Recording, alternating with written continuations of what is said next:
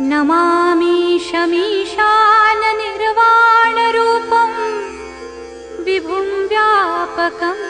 ब्रह्मवेदस्वरूपम् अजं निर्गुणं निर्विकल्पं निरीहं चिदाकाशमाकाशवासं भजेऽहम् निराकारमोङ्कारमूलं तुरीयं गिराज्ञानगोतीतमीशं गिरीशं करालं महाकालं कृपालुं गुणागारसंसारपारं नतोऽहम् तुषाराद्रिसङ्काश गौरं गभीरं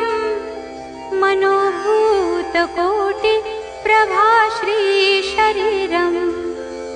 स्फुरन्मा